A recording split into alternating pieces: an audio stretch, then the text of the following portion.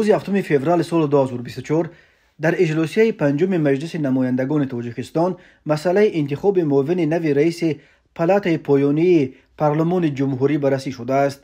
مرکز مطبوعات مجلس نمایندگان خبر داد که به این مقام وکیلان معینی مفسومه موین زاده را انتخاب کردند. مفسومه موینی در پی این از هیئت کمیته مجلس نمایندگان عاید به ترتیبات حقوق، مدافع و امنیت برآورده شد.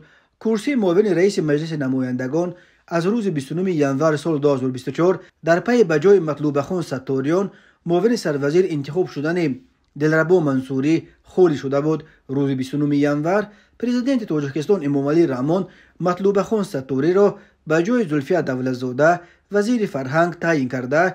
به جای ستاریان به مقام معاون سروزیر عاید به مسائل فرهنگ، زن و عائله دلربا منصوری را از پارلمان آورد. وکیل مجلس نمایندگان روز 7 فوریه در اجلاسیه پنجم این پلات پارلمان همچنین فرمانهای پرزیدنت از سانه 16 ژانویه سال 2024 درباره تعیین فردوس طالبزاده به مقام رئیس بانک ملی، تعیین فیروز شریفزاده به مقام معاون اول رئیس این نهاد، تعیین سراج الدین اکرامی به مقام معاون رئیس بانک ملی تاجیکستان تصدیق کردند. مفسومه مومنی روز 16 ایول سال 2023 به نمایندگی از حزب حاکم خلقی و دموکراتی تاجیکستان در انتخابات میانه دوره وکیل مجلس نمایندگان در حوزه 13 شهر خوجند غالب آمده وکیل پارلمان شده بود و تا امروز در کمیته ترتیبات حقوقی، مدافع و امنیت فعالیت داشت. از 63 کرسی مجلس نمایندگان بیش از 50 کرسیش در دست نمایندگان حزب حاکم و چند کرسی باقی ماندهش